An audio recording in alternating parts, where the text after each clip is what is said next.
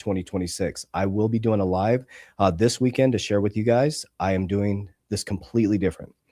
I've never asked my community for help, and I need your help.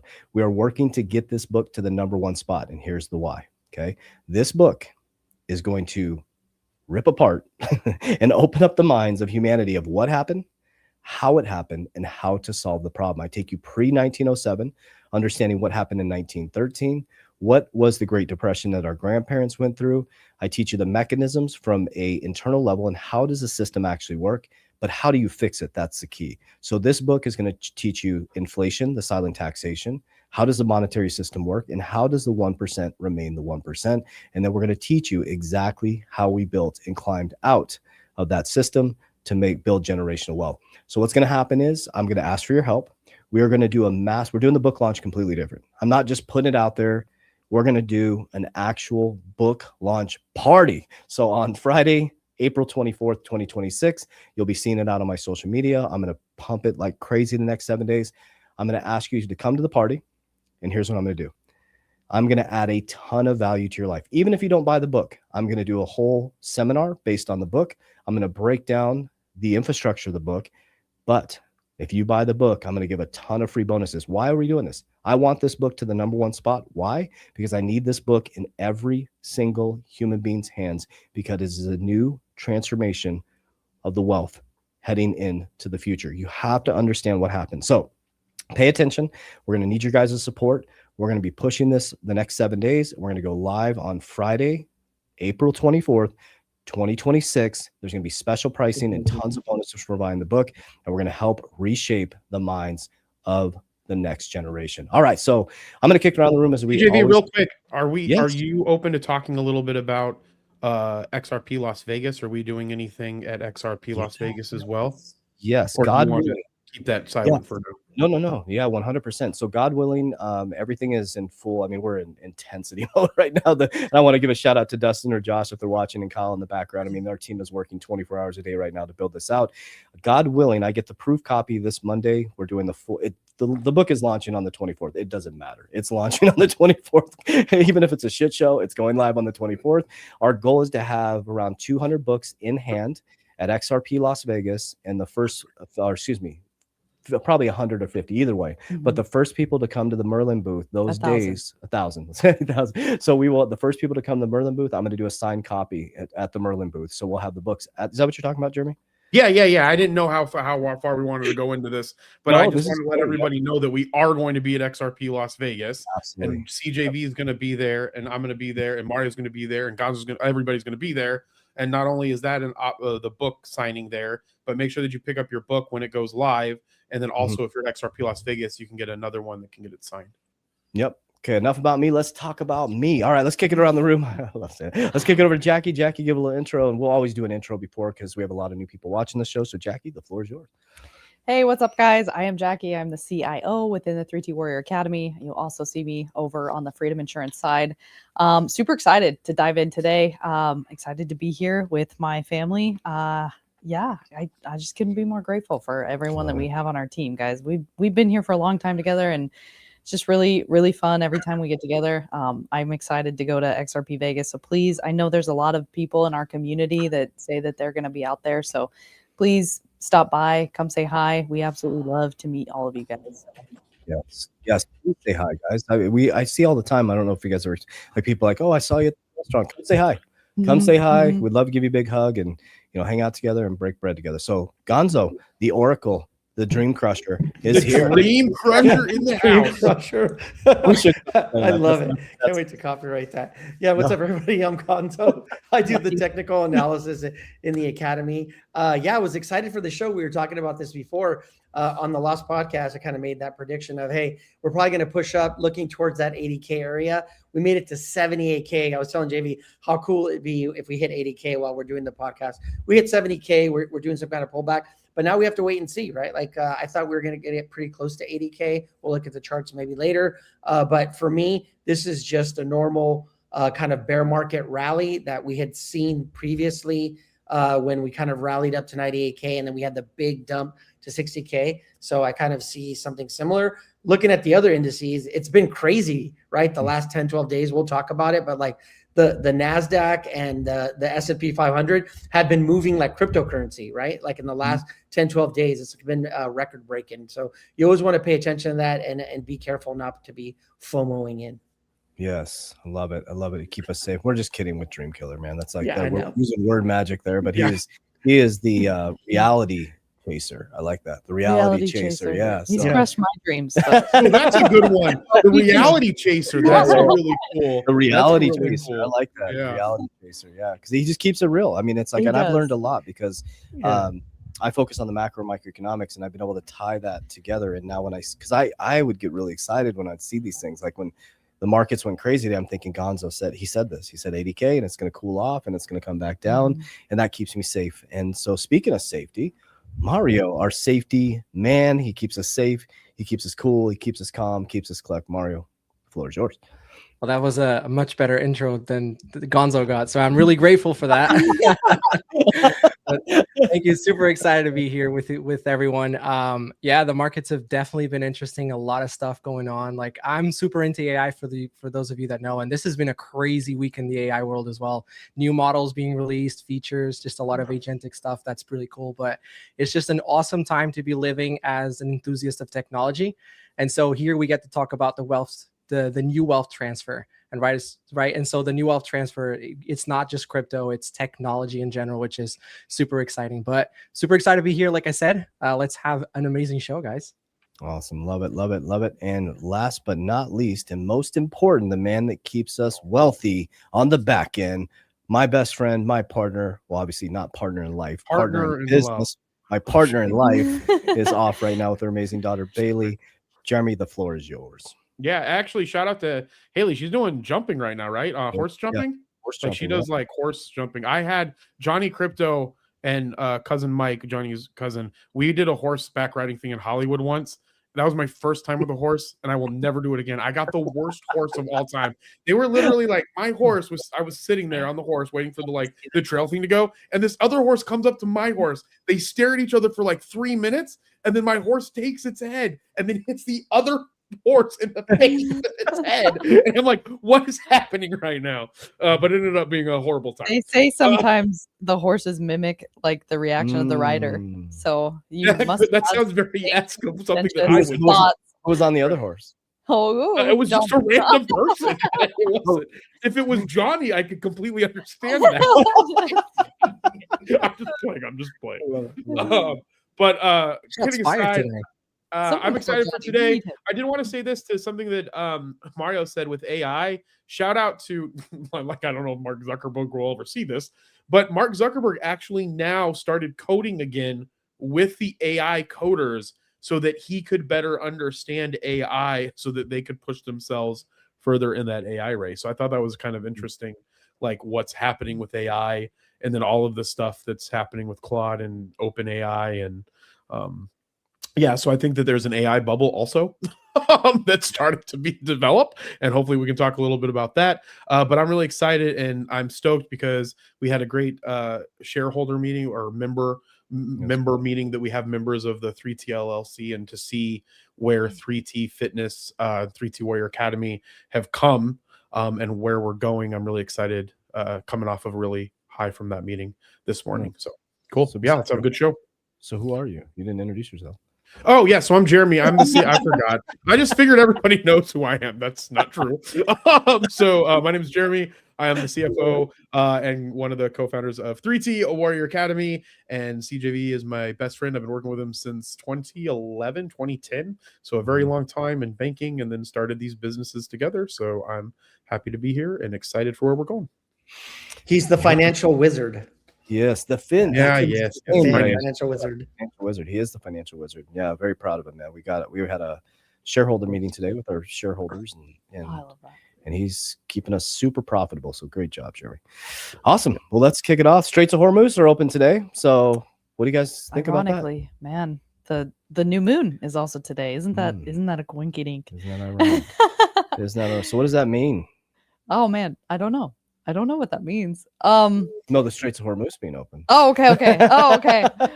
Yeah, let's not go way too esoteric here yet. Yeah, I got to get a few more people in the chats get riled up around spiritual things. No, but this is a wild thing, guys. The Straits of Hormuz opening, obviously, let's kind of break that down from previous conversations on this podcast.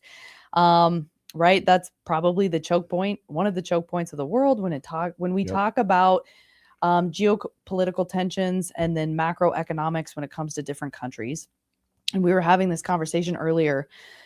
Wars are always over resources. So taking that from a macro level down to the micro level, you know, when you can kind of piece things together, it's like, why are all of these tensions occurring around the world? Well, it's for resources. So why did we invade Venezuela, right?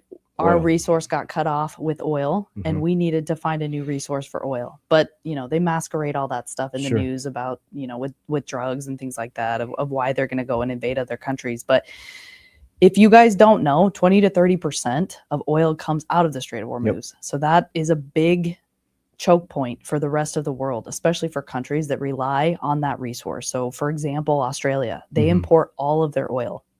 So a lot of things that have been going on in terms of like data and analysis with the Straits of Hormuz is there's going to be a big lack of fertilizers, of the ability to travel. They were sanctioning some places in Australia to be able to travel and things like that. So these are the types of things, guys, that are going to echo down the line. Maybe you don't see that occurring right now within your day-to-day life, but we will definitely be honing in our message throughout this podcast for preparation, right? Not for fear, but for the awareness of what's going on so that you can prepare. Well, that's something that people need to understand. And what we're really going to bring forward is money doesn't hit everybody the same. It doesn't. So like with the Straits of Hormuz being open, people don't realize there's a ripple effect that will, even if it just opened today, there's still a ripple effect from it being closed, right? People, the last, how long has it been closed for? 4 weeks, 5 weeks?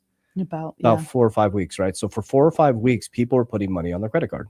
Like that's a ripple effect. So you start seeing this great news, the economy's doing great, but you're sitting at your kitchen table and you're like, economy's great, interest rates are coming down, but I can't pay my credit card bill, right? So that's what we're trying to teach people. We're trying to prepare you. Like there is something coming, guys, in the future here that you have to pay attention to. And everybody's so like, and I want to go over to Gonzo about it because like the markets, you can literally see the sentiment shift. The market, Bitcoin's shooting up and everybody's happy on X now. Like, oh, it's bullish. Here it is. It's coming. And we're like, we're not trying to be the dream killers, but we've been through this over and over again, and this is how we got wealthy because we don't play that game, right? So Gonzo, what are your thoughts on the market? Like, and you know, if you guys have been watching the new Wealth Transfer podcast, he was talking about 80K, right? Talking about it coming up and cooling back down. And so Gonzo's really helped me calm my mind and understanding because I get really excited about stuff, right? And so I mixing my macroeconomic now with real strategy and understanding, like with Gonzo. And we joke when we call him the dream killer. Why do we say that? Because everybody wants to believe this is a super cycle because every influencer's out there like, this is it. The bottom's in. We're going to the moon. It's like, no, you're not. No, you're not. You're about to be brought down hard. You're about to be humbled. Yeah. Go ahead, Gonzo. Yeah, I mean, and the thing about markets, I was talking to JV about this morning, that let's say that because I don't have a crystal ball, but let's say that the low is 60K, right? Let's say that I'm wrong. Markets just don't go parabolic, right? So even if 60K was the low, you would see something like it rallying like it is rallying now. It would continue to rally. Let's say it could go all the way to maybe 90K, 93K. There's tons of liquidity, maybe even a little higher. And then you would have a correction that would come all the way back down to retest that support at 60K, build structure. It would signal structure for the bottom. And then we could say, oh, okay, maybe that was the low. It gives you another opportunity to kind of get in, and then it moves, right? And then we go pushing up towards higher. So I always feel like the opportunity is always there. You just got to have like the patience for it. But yeah, you know, I was kind of waiting for 80K. If you want to share my screen. Yeah, there it is. I actually did it myself on accident. Sorry, D. I'm over here doing D's job. D in the back. We got D on the back, guys. We don't have double D today. We got one D. Just one D. Just one D. Yeah. One D today. That sounds even worse. It does for some. Do that again. From double D to one D. Ladies, I'm gonna try and keep us grounded here. His name's Damon. So yeah, so this is what I was expecting, this kind of move up here to like almost 80K. But what I'm seeing is the same thing that we did over here. This is what I was talking about. Here was our all-time high that came in at 126. And then we had that big correction that came down all the way down here to 80K. And then what happened? We set that low back in November, right? And then we just chopped around and we kind of rallied. And then eventually we kind of made this little high right here. It's kind of like what we call a bear flag pattern, right? Like if this was the pole, here's your flag. And it kind of peaked out here, sweeping all the liquidity that was here, right? There's a bunch of liquidity up here. And then it collapsed, right? And we down to 60K. This is the same thing, guys, right? We set this low at the beginning of February. We've been chopping around. It creates a high. We sweep the high, come all the way down, lower liquidity sweep. And now we're coming up, making a new high.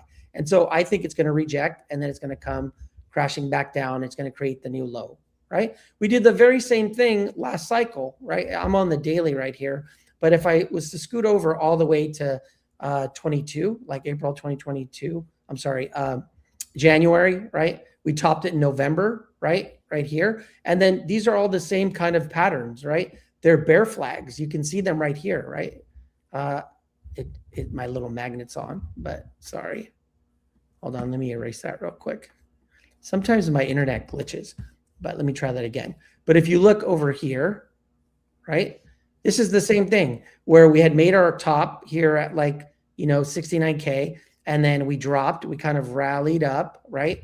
And then we dropped again, and then we rallied, and then we dropped, right? What's funny about bear markets is that if you would look and break down an entire bear market like we did in 2022, most of the time, price action is going up. That's why it confuses people. You get one big correction that happens over the period of maybe a few weeks, and then you spend months going up, and then you get a big crash, right? Like you get a big crash here, and then it spends weeks going up, and then you get a crash, and then it spends, months going up, and then eventually you make your bottom. Same kind of thing that we're doing, right? We've spent on our bull run that happened when we came off that bottom at 15K, right down over here, right? Very similar things where we kind of run up, and then we spent a lot of the time going down, right? And people freaking out about whether, we're going to crash or is it going to go lower? And then we rally, and then we spent a lot of time going down, and then we rally and we made our top, right? And so it's just the opposite. And so that's what I think confuses people. So for me, this is just more of the same, right? But like I was saying, you have to keep an open mind. Like if this ends up pushing up higher and then comes down and holds support, well, then maybe we're going to go higher a little bit longer. But as far as the Strait of Hormuz, when you look at like what the S&P 500 was doing, it came all the way down. It had about a 10% correction, and it started rallying right at about the time we were going to get the first kind of ceasefire and peace talks. Now, they didn't kind of work out, but that's when the rally started. And that's just continued with the news that we got today, which is now Iran is opening the Strait of Hormuz. And if you look at the S&P 500, it's going basically parabolic, right? It's the best 10-day performance that we've had since 1950. Part of that, hey, Gonzo, I just wanted to add too, I don't know, it also said, I was also looking at some news here in regards to the strait being open, and Iran has agreed to suspend all of its nuclear program indefinitely for them to in regards to it also staying open. And so I don't know if I guess my question is, do you think that the nuclear program was the real reason? I kind of want to go into a rabbit hole too. I know CJV's been doing more research on it. I'm just curious what kind of like the rabbit hole thought process is on the fact that, this was about a nuclear program that they had said that they weren't doing, and then they were doing it, and then we went in there, and then the strait got shut down, and now the strait's going to be open, and Iran's going to shut down its nuclear program. I'm curious what everybody's thoughts are on that. I'll just say that they've been saying that for a long time. Yeah. It's the That's same story. Yeah, it's the same story every time, Netanyahu says it's nuclear. There's videos out there where you can see him, and saying it for 20 years. Saying it for 20 years, right? So they always use, because nuclear's scary, man. It's scary. So if you're a baby boomer sitting there watching Fox News or CNN, and they're like, they have nuclear weapons, it's like, That's scary, right? So that has been the narrative for a long time, right? And then now Trump goes in and takes away all the nuclear abilities, right? So that's bullish as hell, right? People are like, oh my gosh. So, but that's been the story for a long time. But I think it goes back to what Jackie started with. Guys, this is about resources. It's all about resources. Okay. So put your investor lens on and ask yourself, you have to start. So America doesn't produce anything. We don't produce anything, guys. So everything is outsourced. So, you know, it started in 1988 when the cycle started. We ended it on February 20th, 2026. People are probably tired of me talking about this, but there's been a 36-year cycle. And I think Gonzo just said something about 1950. Somebody said something. 1952 started our grandparents' 36-year cycle, which ended in 1988. After 1988, we became all financialization. America is just all finances. It's one big ass bank. It's all about debt and interest. All the resources are outside of us. Venezuela, and I think somebody put in the chat Cuba. I think it was Donnie put Cuba. Cuba's next, probably. It's all about resources. So I think that's where we should take the rabbit hole is, so what does that mean for us, right, as investors? If it's all about resources, then where do we go from here, you know? Yeah, that's actually a really good point. And just to tie in with that, JV, is shout out to, who is the influencer? I keep forgetting his name. Oh, Andre Zick. He's so awesome. I don't know if you guys have watched him, but he just put out a video talking about net international investment position. So basically what that is it's assets and liabilities. It's, do we own our own assets or are they sold off to other countries? We used to own most of our assets. I think we were like negative 20% of owning our assets back in the early 90s. And it has been going down, dwindling, but currently right now it's at negative 87%. Wow. Meaning we don't own a majority of any of our assets. So wait a minute. So we're negative 87%. Our dollars collapsed 96 to 97%. So like, this is what we're trying to wake people. Like, you have to really think about, say that again, walk through that again, because people, this is what we're trying to help you guys understand.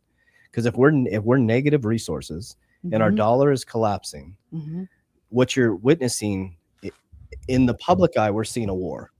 In the behind the scenes, we're seeing a delicate tightrope being walked. Right? Yes. Okay. Yes. And I'm all. Yeah. Speak more. He's on a cliffhanger.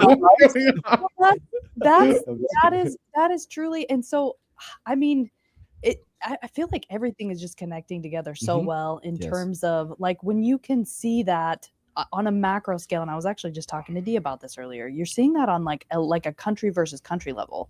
And you need to kind of bring that into like an individualistic level and like tie that into you. Do I own any of my own assets? Or am I like on the side of rentership where I'm renting out everything?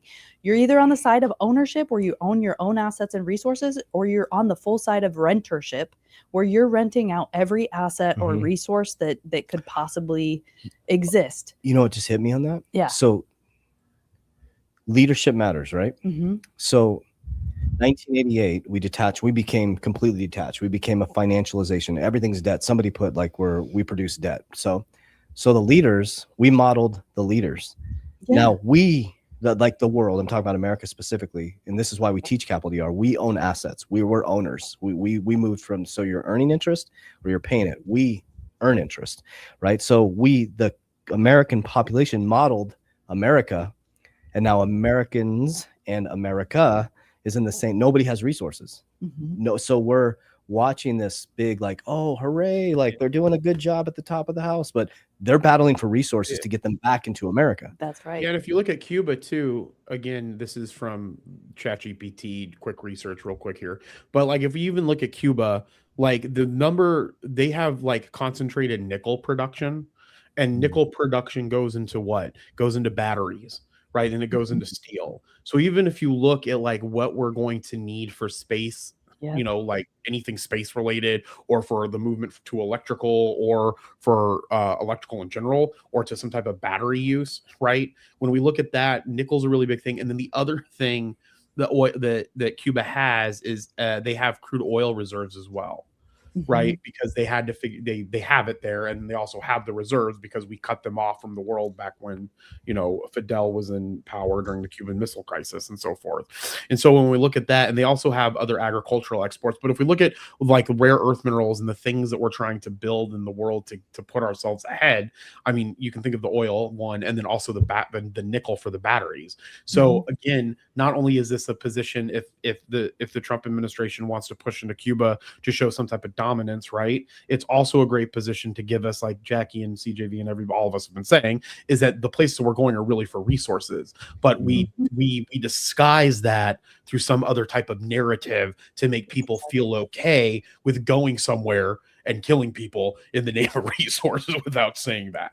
That's exactly right. They push out a whole nother story on media side. Completely different. Yeah, because you're not gonna say we're gonna go over there and we're gonna go get their oil. We're gonna go steal, because that from a right and wrong, moral, ethical, that's not moral. Right. It's immoral, right? It'd be like me going over there and I'm gonna say, so I'm gonna go to Jackie's house, but I need food, so I need to figure out a way. I'm gonna say, well, Jackie's crazy, dude. There's something wrong with her. Like, we need to get her in a mental hospital. So but I need her food, actually. Bag her. Yeah, so we bag her up, get her out of there, and I actually go get her. Bag her up, put her in the van. Where's Dustin in his van?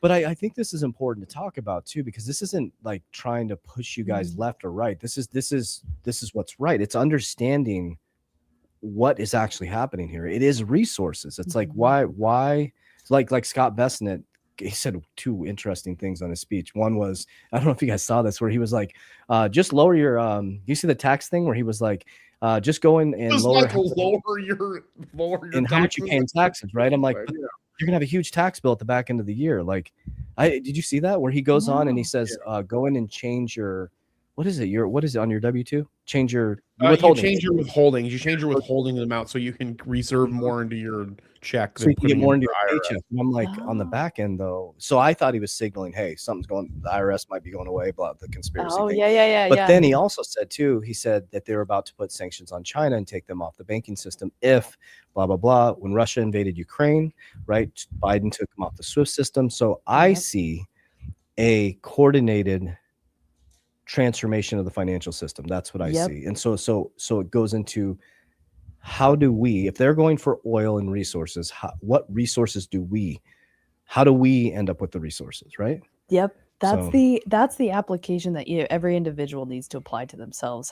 What is the next thing that's the sought after thing? But one thing to point out from what you were saying, Jeremy, in the beginning about nickel, and energy, energy, when you think about that, resources and energy, and we're coming from an old era where resources and energy was Capricornistic, which was dense, which was oil, which was the industrial era. We're in a new era, which is Aquarian. So it's, what are the things that are of that new, what are going to be the new energy and resource that is sought after? And this really clicked for me when I actually started watching Michael Saylor. And Gonzo, you can jump in on this, talking about what he's doing with his company. But there's a really, really good podcast out there, and I've mentioned this before inside of the Academy, where Michael Saylor compares what he's doing with Bitcoin within their company in creating synthetic products off of Bitcoin for investment purposes. He compares Bitcoin to oil. More specifically, he compares it to kerosene. And he says kerosene is the most pure form of oil, and through the developments of other synthetic products, we create other synthetic products off of kerosene. You create plastics, you create like all of these other things that can be used in industry. But he compares what they're doing with Bitcoin to that, where Bitcoin at its core is energy. Got it. But now they're break off, and they're creating synthetic products off of Bitcoin. So now they have Stride, Stretch, Strike, Strife, right? That all do various different things. And when he said that in his podcast, that's when it clicked for me. I was like, damn, this guy's a genius. Yeah. I mean, yeah, definitely. Like, and he gave the other analogies because they were asking him, like, what is the goal, right? And when he was talking about like the newest versions of like Stretch is the newest version of like STRK and STRD, where like what he saw is that people wanted to they didn't care so much about price appreciation. What they cared about was the dividend or the yield, right? They were looking at something to put their money in that was going to be stable, but give them a semi-predictable yield, right? And that's how they came up with Stretch, right? Your principal is guaranteed. What you're putting in, like if you put in $100, right, then they've taken the volatility out of it, right, and then stabilized that, and then they've created a variable yield on the other side, right? Where did that volatility go? And it kind of made a lot more sense to me on why MicroStrategy, their stock has been so volatile, right? As far as like making a top, coming down all the way to the bottom, is they move the volatility into their stock, right?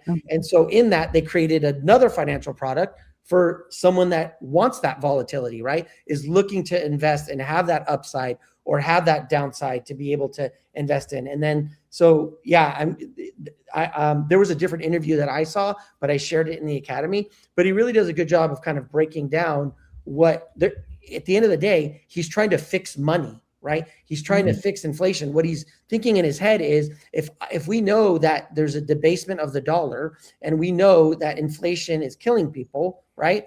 If I can create a financial product that stabilizes their principal, but beats inflation, then people will want that. And he's been right. And that's what Stretch is, right? That's how he explained it. So I thought it was a really, really good interview.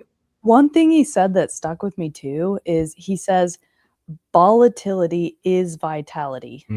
So why that stuck with me is because like I feel like over these last couple of years we have not seen as much, like we have seen so much volatility in markets. It's almost been unreal, right? When you look at different asset classes like metals, oil, obviously cryptocurrency, they're much more volatile than what I think most people are used to when it comes to swings. But when he said volatility is vitality, and then what he's doing in controlling the volatility with the products he's creating, it really became clear to me. I was like, oh man, he is doing something that's a little unprecedented, but it almost makes sense with where we're going with the new like financial system. And what shows me that there's definitely a separation between the old system and the new system, right? So I don't know if you guys follow CoffeeZilla. He does these really, have you ever seen his stuff? He does like, he breaks down scams and frauds and stuff. And he just did a whole thing on STRC it was really interesting. And the perspective he's coming from, it's like, it's too good to be true and going, and it's like, I look at both sides of it, right? Because it's 11% yield. I'm crushing it on STRC. I think it's fantastic. But to hear his perspective is kind of old paradigm perspective, right? And you got this brand new paradigm that's Aquarian, quantum, connectivity, like you said, resources going out, right? And it's like the kerosene, building all these new ecosystems. And so it's hard, I think, for people in the old system that are traditionally investing, used to real estate, 401k, the traditional investments. And now this new system's coming in. So it's like, it's really important to like expand your mind a little bit, to look at the innovation of the new products coming in. And I love what you said, because it's like the battle for resources. Like I always bring up my son, he has a 3D printer in his room, comes out with toys. And I'm like, that's the future, guys. I don't even take him. He literally prints toys in his room. Yeah.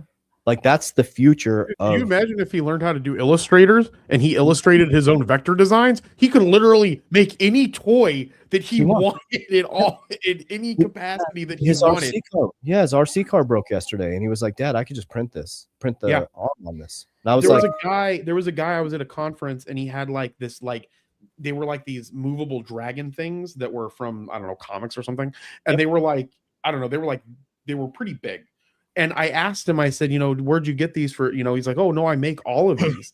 And I was like, do you 3D print them? He's like, yeah. I was like, well, how long does that take? He's like, one of these takes about 30 or 40 hours to do. But like the fact that he could make all the parts, put them together, you drastically cut down on your cost to make something and then to resell it, which is ridiculous. I think 3D printing is amazing. Where we're getting to, just like really, like with everything. It's a 3D printing show now, Jackie. Well, no. What I'm not talking about the show, but what I mean is in real life, it just really hones in on like the esoteric belief that like we are the creators of our own world. And we're almost like seeing that from like a physical reality when you can literally just print anything. You know what I mean? It's just like getting more closer to that concept. And it's just wild. think that they understand that at the top of the house. So they're so if my son can go in his room and 3D print some. They're starting to lose grip of the or they know that they could lose grip of the control of humanity because we are becoming decentralized. Yep. So what we thought we were running from, I always bring up the Bitcoin conference just as a good reference. Like, everybody was anti-government, anti-centralization. And then we were at the Bitcoin conference 2024. Just last year. Just last year. And there was all these politicians, all the Bitcoiners are cheering for the politicians. I'm like, I was so confused. I'm like, the politicians are walking through, people are taking pictures with them. I'm like, these are the people you were against like a year ago. And you were anti-government, full decentralization, screw the government. We're running. But I do think that this was planned out. I really do. I think that they built the system, the net on the outside, kept us in our little silo, battling back and forth, just like left and right, anti-crypto, TradFi, traditional finance, DeFi. We got this little group of 5%. We're all going to run off and change the whole financial system and save the world. And then now we're in their system. Like David Schwartz said it. He's like, is the 5% going to change everybody, or are they going to go where the 95% are? And that's what Ripple did. They're going where the 95. Remember, we were called the banker token with XRP and all that stuff. And now it's like, Bitcoin is the favorite asset of the elites now. Right. So it is an interesting transition. When you think about technology in general, sorry, Mario, was someone else talking? I was going to say technology in general, though, like when exchange traded funds and like things like Spider ETFs, and different and mortgage-backed securities and credit default swaps and collateralized loan obligations, when those things started becoming more mainstream and being sold to the public, all of the people of the old guard were anti those, and now the old guard utilizes all of them in some capacity for going out there. And I feel that we're in a new place where financial instruments and the ability to create financial financial instruments that you can sell off into the public, that concept is going to continue to increase and hopefully get better and better. The problem is that you'll always have people that are fighting against it until they start to see the value in it, and then they'll start putting it in they'll start utilizing it. It's like we always, CJV, you say it the best. I never get the words right, but they mock it, or they fight it, and then they utilize it, or whatever. It's Draper. First they resist it, then they sue it, then they regulate it. But I always bring up my dad as that example, like you just said, Jeremy. Like I remember when did Facebook? Anyways, we had the flip phone, the Razor flip phone, right? And my dad still had the Nokia, the really solid one, right? I remember when all that stuff came out, the smartphones came out, he was like, I'll never use that shit, right? I'll never use that shit. And now my dad has an iPhone. He has 2 iPads. He has 2 laptops. He doesn't know that you can move a laptop. He has a laptop for each room. I'm like, they're laptops, you can move it. But he has every technology you can think of. And then he was so cute the other day. He came over, look at what I saw on TikTok. And he's actually on the web browser. He doesn't even know how to download the TikTok app, but he has on the web browser. He's like, he's showing me something on TikTok. And I'm just like, that's an example of what Jeremy just said. Like they resist it, and all of a sudden they become the user of it. And it's because they take away the optionality, right? Like when the pandemic hit in 2020, they took away a lot of optionality, right? There, Mexico, I don't know if it was rumors or FUD, but I think the president said at gas stations, it's all digital now. You have to use, they're trying to remove cash. So it's by taking away optionality, right? So we fear what we don't understand, but then they take away the optionality where we have to use it. Yep. So would you rather fight the system that you're not going to beat? It's going to move, right? It's going to move. Or would you rather own the infrastructure? Oh, that you nailed it. I was going to wrap that right back around to our conversation of owning assets. So I laugh all the time when people get so upset about certain apps or like X or Facebook or things, and they're like, man, I wish they didn't do this, or they get so riled up. But it's like, or even with banks or things like that, they get so riled up, but it's like, you didn't create that, but you want to use it. So go create your own. Yep. Right. So it's almost like I explain it like a baseball game. You want to play in the game, you have to use their bat and ball, but you don't get to make the rules. They make the rules. The game has the rules. If you want to play in it and you're going to use their resources, you have to abide by their rules, and you can't. There's no crying in baseball. Yeah. End of story. Yep. No, I agree though. People, you see this sometimes they cry when they win World Series. That's true. So like you hear all the time, you see people like, oh, the damn algorithm, I hate the algorithm. And I'm like, just keep posting. Like just keep, they're like, did you know that TikTok is storing all your information and they're monitoring? I'm like, I open my phone with my face. Mhm. I'm like, they're Right. monitoring my shit. They're probably listening to this right now. It's like, Yeah. I'm not saying I want people monitoring me, but you're fighting and like, that's exactly what I'm talking about. Like, so I hated corporate America, so I created my own ecosystems. That's right. Like, I go from my home Mhm. and I go to the office. I'm in my little bubble. I created a bubble, right? And I can't wait to build our own building. We're gonna have even more. I'm never gonna have to go anywhere. I mean, Mhm. we're gonna have a full facility, gym. I'm never gonna have to go anywhere but home because I created my own ecosystem because I was like, listen, now when I use TikTok, Instagram, Twitter, that's their platform. Mhm. We run our communities off different people's platforms. So we can Mhm. complain about their platform, we can create our own. Right. That's That's exactly a right. really important thing. And so, like, if I was head of household right now, I would stop being an armchair quarterback and I'd fight to get the resources so I can make the decisions.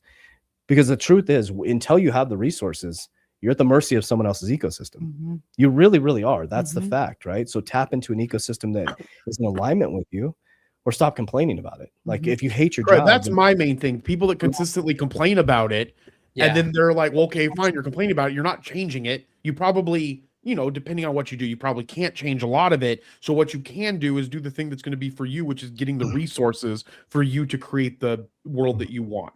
It always reminds me of something Coach used to say all the time about the tool. It's all about how you use the tool, right? You can use a hammer to build a house, or you can use a hammer to kill someone. And so I feel like AI is the same thing. There's so many people that are so reluctant to using AI because of the privacy concerns.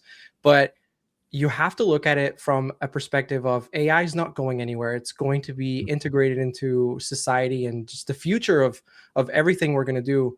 And just like anything in the past, if you got on the right side of the adoption and the right side of the transition, you can capitalize. Like the people that were selling the picks and the axes when in the gold rush and the infrastructure of crypto, right? And now with the AI and building tools and just even learning it so you can improve your life and your job even. Well, like Nancy Pelosi, like I'm not a fan of her in any way whatsoever because of the insider trading that she obviously did. And you can sit there and argue about it, or you can follow what she's buying and just buy all of that because she's taking advantage of the system. Like you get what like that's what the How funny would that is. be if Nancy Pelosi from her lens is like, guys, I'm telling you what to buy, and yeah, you're right. mad at me. Yeah. She's like, I'm giving you I'm this giving system's you stupid. answers, and I'm you're going to tell you what to buy. Yeah. Sometimes those thoughts cross my mind is like, we get so upset when we like at political leaders or things like that, but what if like their lens is completely different? Of it's almost like that sacrificial. Well, do you think thing. well, I'm going to address and I want to just make address. I will address WFI because I see the comments, and that's a good way to look at this. It's a good way to look at this. So like, and I'm going to address that now. It's okay. And so, and I respect all comments and how people feel about it, and I do respect the person's comment that they're saying here. Like we've talked about this. Like I believed, and I still do believe in WFI. I'm going to say that. It's going to piss people off. I stand on my shit. When I invest in something, I stand on it. I do not make financial decisions based on mudslinging, because here's why, guys. We now run 7 companies. We just opened up another company. And so I run 7 companies. Okay. Behind the scenes, there's ways that we run our ecosystems. Okay. There's decisions we make that are not public. Right. There's certain things that, so say someone's mudslinging, because, we get shit thrown at us all the time. People like, you're scammers, you're doing this. Like, you have no idea what's going on behind the scenes. Right. It's not true. So, Justin's son saying this, and there's this one guy that's, saying this, and it's going on. So I don't make emotional decisions. Like, I read the gold paper. I believed in the mission. I believed in the golden era when Trump came in. Right. Things have changed a little bit. Right. So I'm trying to figure this out just like everybody else. I'm navigating through all of this. Right. So I still believe in the power of decentralization. Now, when I look at it and you look at what's being said, they built a decentralized platform that is centralized and controlled by one person, supposedly. So that's what I need to find out. I have to sit and find out what the truth is, right? So they're now throwing out new rules and new governance, and they're unlocking tokens and burning stuff off. And I'm like, go ahead. No, I was just gonna say really quick. That goes right back to the conversation, though. It's like, if they created it, like, why would you get mad if you bought their thing they created and they decided to change the rules on you? And that's exactly like, why are you getting upset? It's not your thing. It's not your baseball bat. And I think too, but so I want to say this real quick and I'll go to Jeremy, but like my intentions weren't to screw people over. Like I didn't go into But that's the other thing too. It's like you can make your own buys on whatever you want. Right. But I do. I want to be very clear and look you guys in the eyes. I understand, and I lost sleep all weekend about it. And so I talked to you guys about this because I know that I have a responsibility. We get 1 million views a day across our platforms. So I know my words have weight. So that's why I put my buys and sells, guys. I literally put my buys online. I put my percentage in my portfolio. We've never been paid by a cryptocurrency company. So I want to make sure you guys know that. So my answer is I'm holding. I'm still dollar cost averaging. People might think I'm crazy. I think I might be right on this one. Damn. I'm going to hold it. I just don't make this. Please right now say, I'm going to hold like a tick on a dog. Say it right now. Hold like a tick on a dog. I just got flashback, guys, back to 2020 XRP when I was in my kitchen and I joined that live call, JB, and I did my first press release. And you were right. Yeah. I was We've been here that long, guys. Jeremy, sorry. No, go ahead. But I remember I was quarantined in a hotel right down the street here because we had our business back open and people had different views, and so I got quarantined, and I was doing some meditation. And some other things. Was on some meditation. Simon, maybe. And anyway, so I was doing some deep meditation. Well, you're gonna lock me up, man. I'm gonna take advantage of it, right? So I was doing some deep meditation, and all of a sudden, my phone everybody had my phone number back then. It was like, what? The same thing, like WFI. It was the same feeling, Jackie. It was like that you said that. It was like, but I wasn't mature enough back then. I was like, oh my God, it felt so heavy. They're like, you idiot. Why am I selling off? What should I do? And I didn't have a lot of wisdom back there, to be honest with you. And I was like, it just was this overwhelming feeling in my body. It was like, hold on like a tick on a dog. And so I did a press. It's even on our YouTube channel. I did my first press release. My statement is I'm holding on like a tick on a dog because it didn't feel, something felt off, right? And something feels off about this WLFI thing. And I don't know which side is off yet. This one I don't know because it's SEC suing Ripple. There was a lot of data there. This is all mudslinging, back end. I can't see the back end. I don't know what's going on. I do like Eric Trump Jr. I like his business practices. I like how he runs businesses. I do like Donald Trump Jr. I like the way they do business. I really enjoy it. I've read about their family, the ecosystems. I'm a business owner. I just like the way they do business. So I'm like, And then Justin Sun, he's had a kind of a interesting past, and he's throwing mud at people like. So I don't know, right?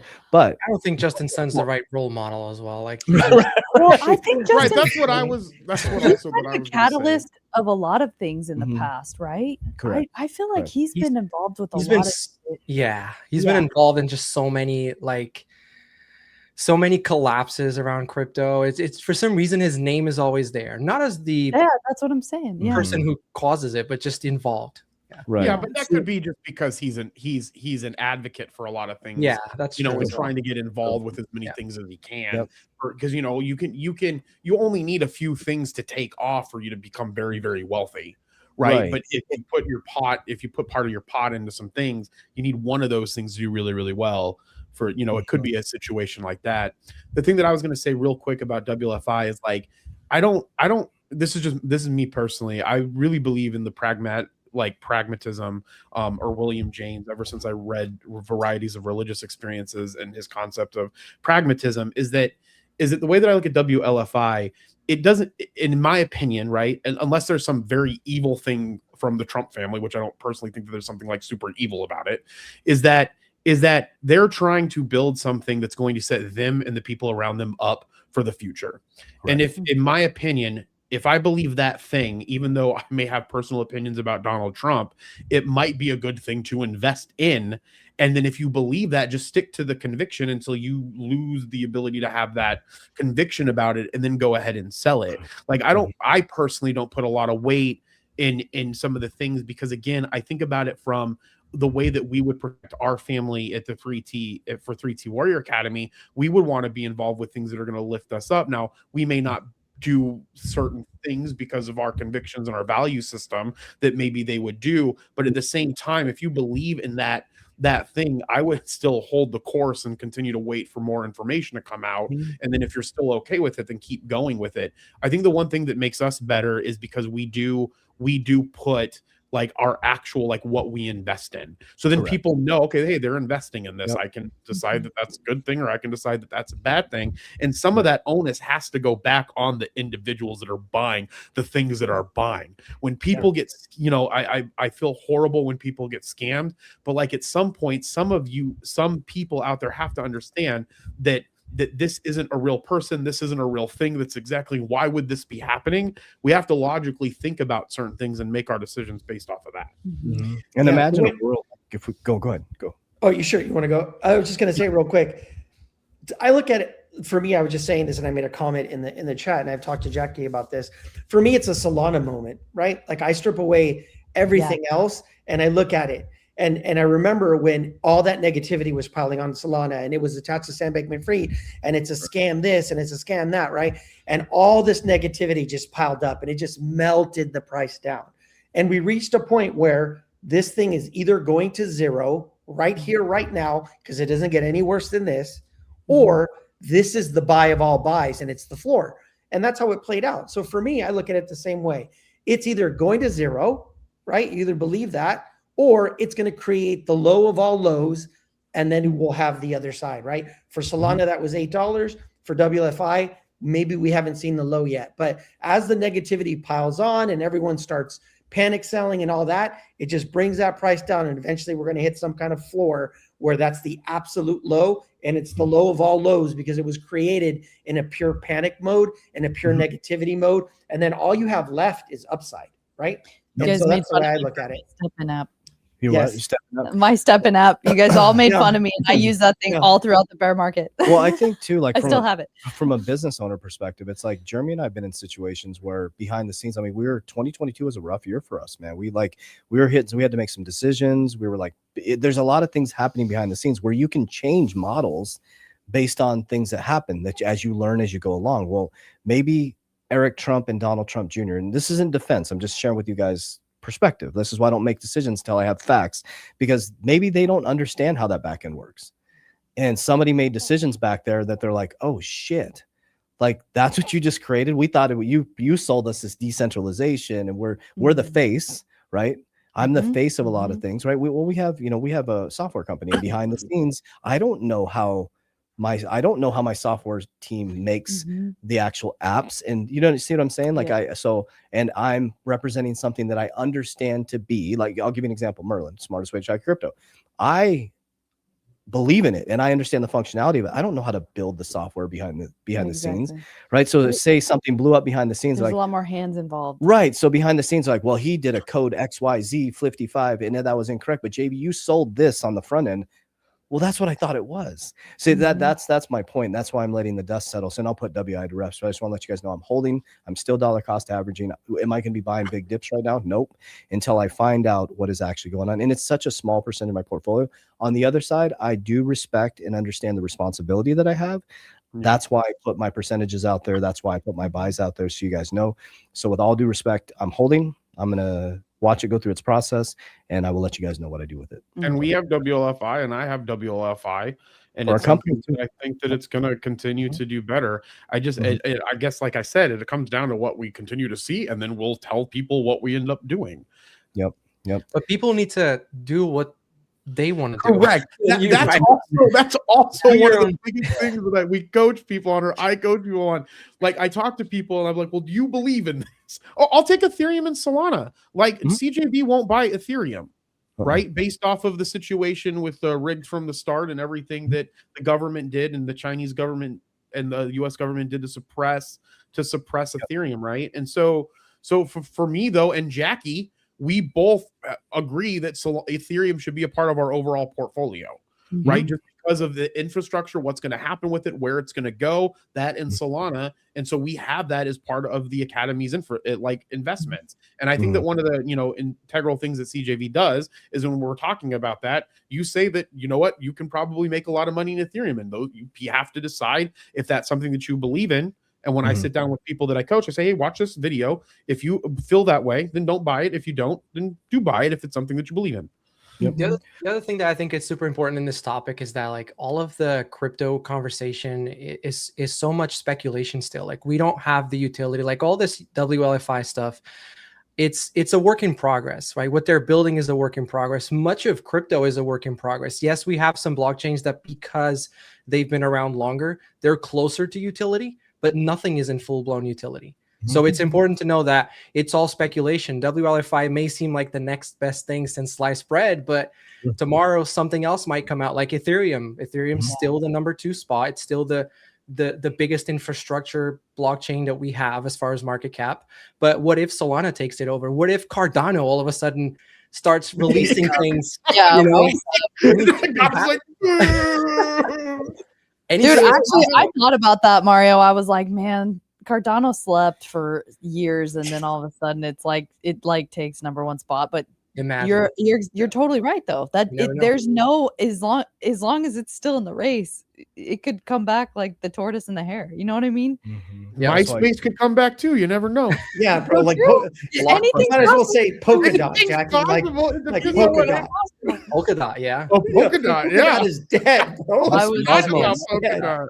Dude, MySpace was awesome. Your theme Yeah. song, like you felt so cool. You had your theme song. With people. I'm like, oh, they're gonna like, social media. Is so, Are they gonna like this? I social don't know. media is so funny to me. When I know everybody does this. When you post, you're like, man, that's so good. Like you're thinking like everybody's gonna stop and read this and be like, whoa, I'm the shit. JB's pissed off right now. He is so mad. Nobody fucking cares. No one gives a shit. Or that you Yes. put something out there that you think's gonna go well, it doesn't. And then the thing that's like, doesn't. yeah, it's a sub, and then Never. that's the thing that Yep. takes off. When I do videos, I'm like, this one's so good, and nobody likes it. I'm like, wow, it's so fun. Social media is such a mind f, man. I just love that part too, because I'll do stories and like I'll put a music behind it, and then I'll watch it again. I'm like, that's so cool, and I'm thinking, you're a dork, dude. Like people are probably watching this. He's literally filming him eating food, like, and you feel like you just feel cool in the moment, right? That's what reminds me of MySpace when he said that, because you remember that you come on, you had like a theme song. The theme song, yeah. Remember that? Yeah, you had like Yeah, a theme yeah. song. It's like, wow, look at and you had your And top like 10 bands had friends, that right? page and they had their music up there. It was You remember they had the top 10 friends, right? Wasn't it? And so how do you remember they had the your top Yeah, friends? yeah. Yeah, I and so remember that. and like some people like you would, What if am you're I- pissed at somebody, you'd move them out of the top 10. top 10. One of my favorite things on the podcast this week, CJV, I forgot which episode it was, but you said something about the 80s, and then you went talking about how cool the 80s were for like 3 minutes. Do you remember that? When you The remember 80s were that? awesome, dude. They You're were talking they about were Nintendo awesome. and Atari and going Yeah, like- outside and not having any supervision. The Goonies, man. Yeah, running the Goonies, streets. E.T. Was that E.T. Goonies? Like Goonies. I remember. Breakfast Club, dude. That movie. Have you seen Breakfast Club? I've Jack? seen Breakfast Okay, I Club. was gonna say, Jackie, That's because you were awesome. born in like I was- 2015, right? Yeah, I'm a yes. She's- I got well. Actually, I was not in the '80s, but I had to catch up. You guys left me behind. Well, I made my son watch Goonies recently. He was like, "That was a good movie." I'm like, "That's a movie, man. That's a movie." That is. a I good was movie. born on the first month of 1990, so I usually say this joke that I remember the 80s because I went with my dad to a party and I came home with my mom. Oh shit! That's awesome, dude. That's a good one. Because Mario has Oh my a goodness. humor. Mario- Mario, I love your He does. humor. Like it is so like out of there, but it makes sense. Yeah. Johnny's like, "Hey, you guys, Guys. Hey, you Baby. guys. Man, should we get back to finances?" Yeah, yeah. No. I don't know. Oh my gosh. Yeah. What's our Pretty next much one? movies. Let's go deeper into like the private, because the private credit markets, AI, the thing, because I posted out there and I got a mixed reviews, and I think it's good to talk about tweets that get mixed reviews. I put out the AI.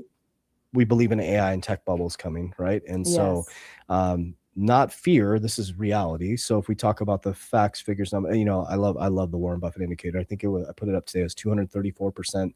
The stock market's overvalued. Gonzo's like it's reacting like the crypto market going parabolic. It just doesn't make sense Mhm. for the stock market to be this high. And then a couple clients that we met with on the insurance side on the talking about their assets, and a lot of them they're like, oh, but I'm making 24% of my portfolio, and I look and it's all AI, and I'm like, oh, yeah.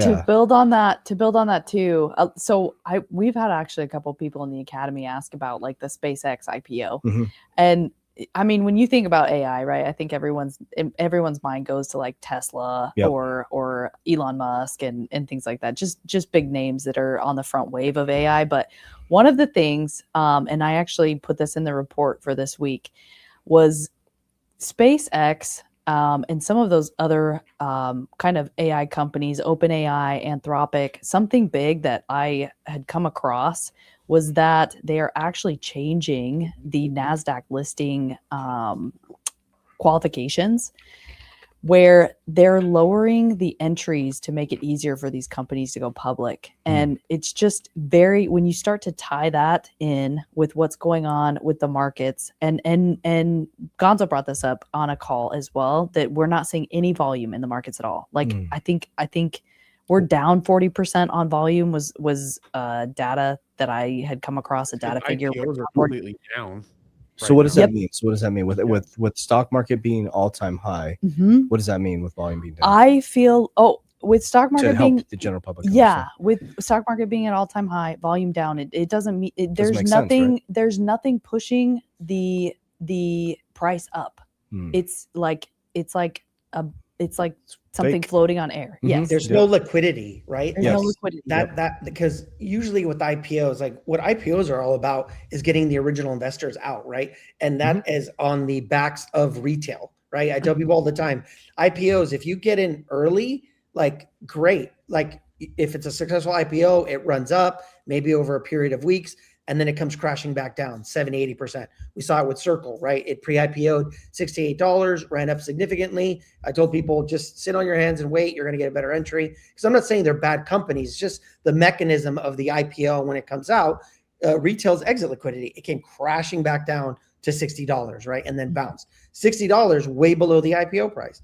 Coinbase did the same thing, right? It IPO'd at $38, ran up like an 8x, came crashing back down, and it was, I think $35 was the bottom.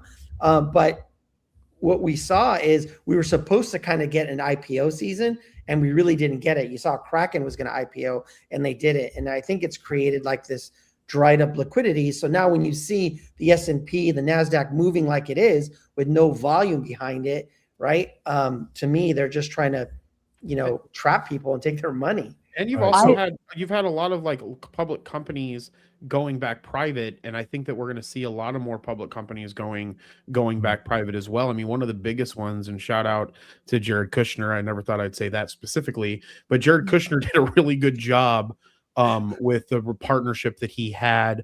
I forgot the Dubai company, but they had a great partnership, and they ended up buying up Electronic Arts, and Electronic Arts delisted, which was a public trading game company, because Jared Kushner and his investment funds going heavy into sports and into gaming, which I think is a really smart move. And I think that they did a really great job with that, taking that back public and what it's going to do for the future of Electronic Arts. That's awesome. Yeah, I feel like that's what I get in terms of a feeling is like this last squeeze that they're trying to just gain as much liquidity as they can. The big time guys, right? The big investors are trying to gain as much liquidity as they can to exit before things just like pour down like rain. Right, because what's the option, right? So like I was saying, with the Straits of Hormuz being closed down, interest rates kept going up. We're going back into inflation. Inflation was coming back, right? There was zero private job growth, zero, right? So we were going opposite of everything Trump said, completely opposite. Now, Straits of Hormuz, so that would still hurt the middle class. Okay, now Straits of Hormuz open up. Kevin Warsh comes in. Say he drops rates super low, right? Liquidity starts to flow like crazy. Middle class still loses because they're losing all their dollars. Then so this is to walk you through from your kitchen table, the mechanism. So all of a sudden, money starts flowing like water. Interest rates come down. You have a little bit of liquidity. And everybody's like, get in the markets, get in there. So then the markets start to shoot up. So you go running in as we're selling you. We're selling it to you, right? Then there's an exit liquidity, and then boom, you take your excess capital into the markets, and then it collapses. And then we buy it all back up. And that's the model, right? That's the total model. And so what people need to pay attention to as well is the actual timeline we're in right now too, because our crisis stage is ending in 2030. If you look at the fourth turning, our crisis stage started in 2009. So we had Bitcoin was created in 2009, right? 2006, 2030 finishes up our crisis stage. So there needs to be some sort of massive catalyst to move us into the next system. And like Ray Dalio says, it's a credit crisis, war, bullets start to fly. Well, if we go into peace, then it's got to be some sort of debt crisis. It's got to be some sort of market collapse. It has to be war, bullets flying like World War II. We came back to Bretton Woods, IMF, BIS. the gold standard, right? Mhm. 1952. And now we need some sort of catalyst to move us into the age of Aquarian, all that stuff. So it does seem that they're setting themselves up to get all that liquidity to get out on time, Mhm. to drop back, to let it drop down and come back in on the back end, right? That's what I feel is happening. I mean, it's like when you look at the falsity of how markets are going up, this recent change with like NASDAQ listings. I mean, you used to have to be, I think it was like 3 months that they required that you had to be private, and now it's only 15 days. 15 days. 15 days, and you Yeah. can launch. And Wait, you can be a company for 15 days? 15 days. Let me bring this up. So it's like meme coins on Solana. Anybody could just Jesus. newly listed large cap companies can be added to the NASDAQ 100 after just 15 trading days. 15 trading days. It used to be 90 days. Yeah. Well, so That used to be the standard. And so- they That's just to be on the NASDAQ though. It's not to not on the NASDAQ, but it's to be in the NASDAQ 100. They've Yeah. lowered those requirements. They still have larger requirements to become a publicly traded company utilizing the exchange. Correct, Jackie? It's Yeah, kind of like I mean, joining the S&P 500. I'm looking at the actual requirements for their traditional, not doing like an over the counter or a pink slip or whatever they call them, the penny stocks or whatever. But that's specifically to become on the NASDAQ 100. yes, but I mean, there are other things that they lowered, I guess, in terms of like qualifications, that it just makes you think like, why would they do that so quickly too? Because it happened on the 1st of April. Well, it's also because the IPO market's garbage, right? This last couple of years. Well, I Because feel like there's no real benefit. I mean, when you weigh the public's requirement or the Securities and Exchange Commission's requirement to be a publicly traded company and all the other things that go along with it, unless there's no other way to raise the money, right, through like something private, which is why the private credit is so That's exactly right. Is if there's no other better, if there's not a better way to do it, why would you go through the problem of becoming a publicly traded company and having to be monitored the way that they monitor them? It's ridiculous. Because there's two reasons why, right? Because to get the early investors out, to get their liquidity and get out, or because they need liquidity.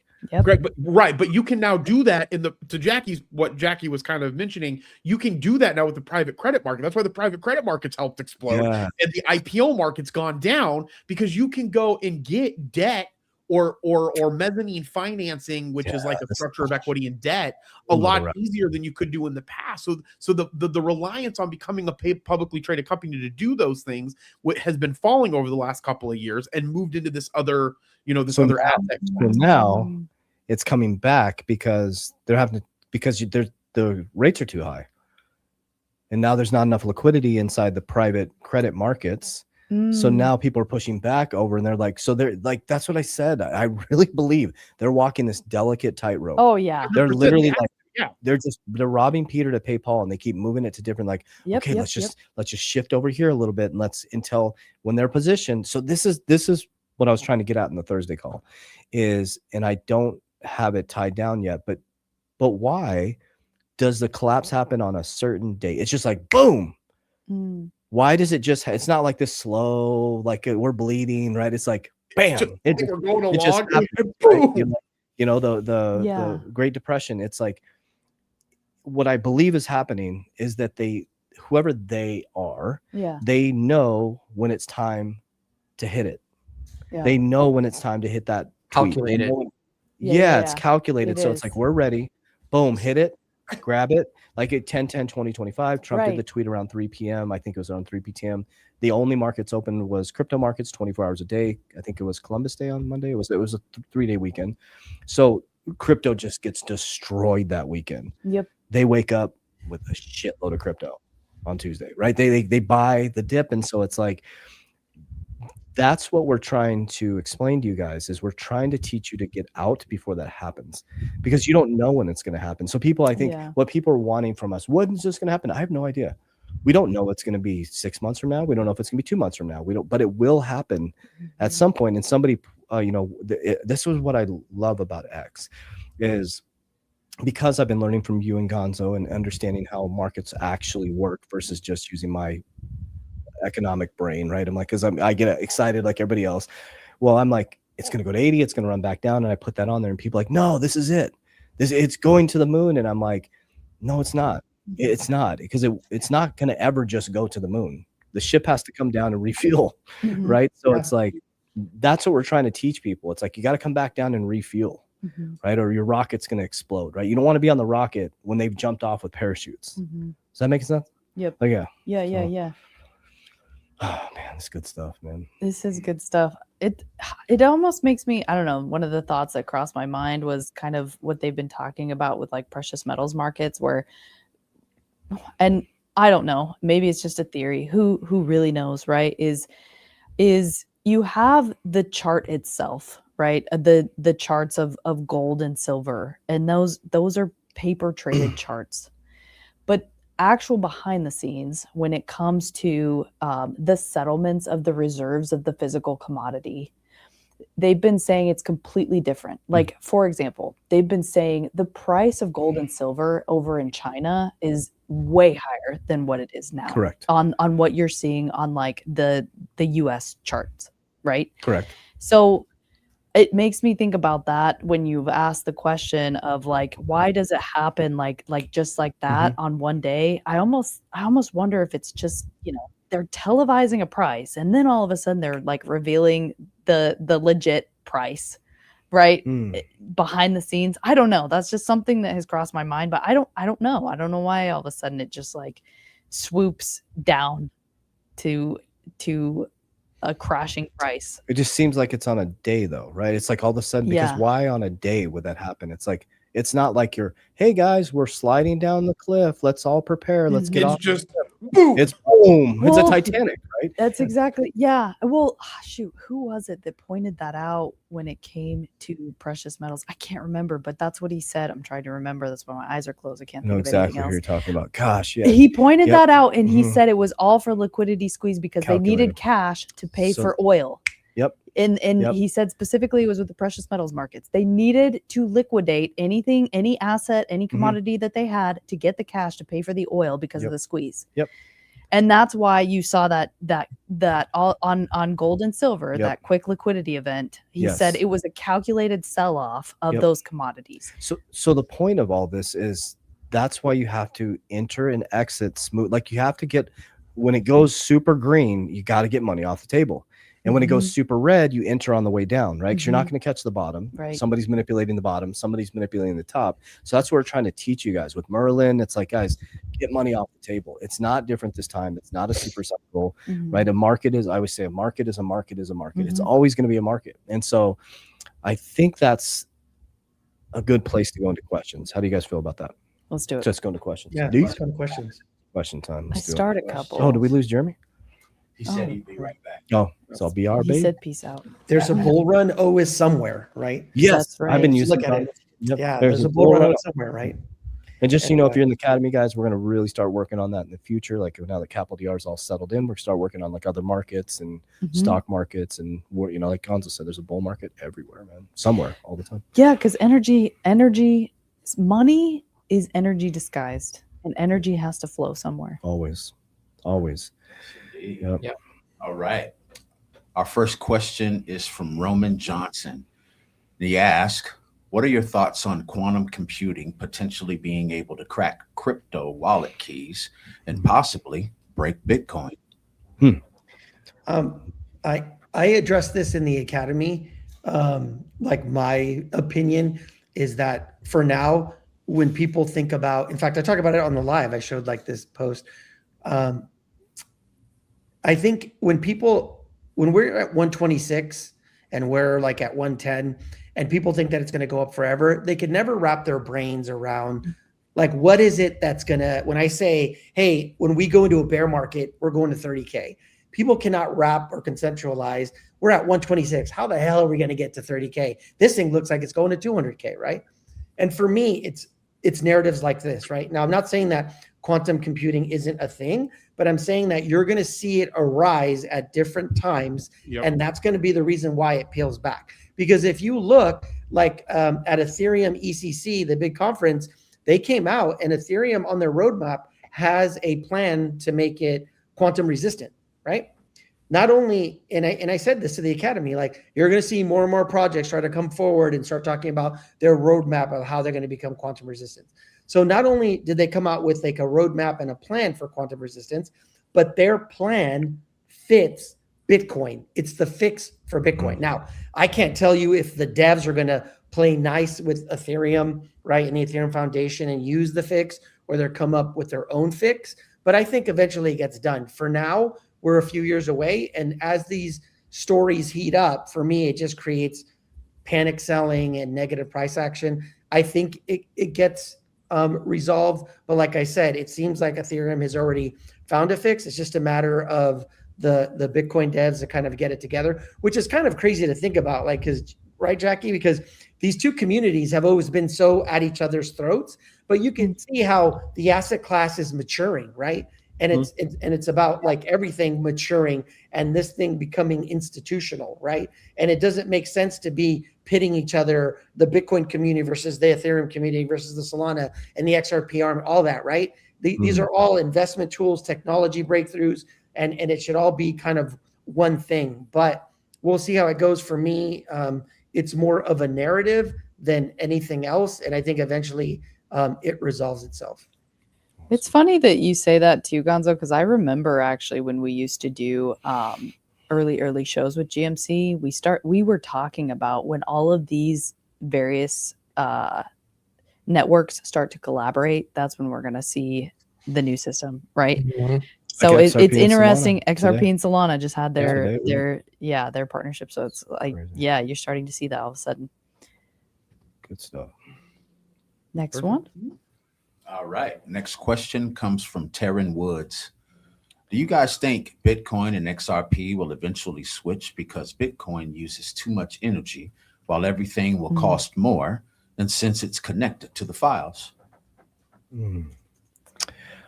I think that will be a long time if that ever happens. I think BTC will dominate the market for a very, very long time. Yeah. I think it's very unlikely. I think the files will people, and I don't mean this in a disrespectful way, people are like goldfish. Their attention spans are like the Epstein files are going to be a distant memory by November.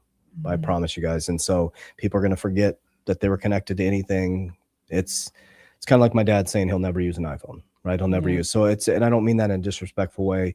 And to say, if you look at the files, like Epstein was connected to a lot of things you touch on a daily basis financially. So the clothes you wear, giant financier.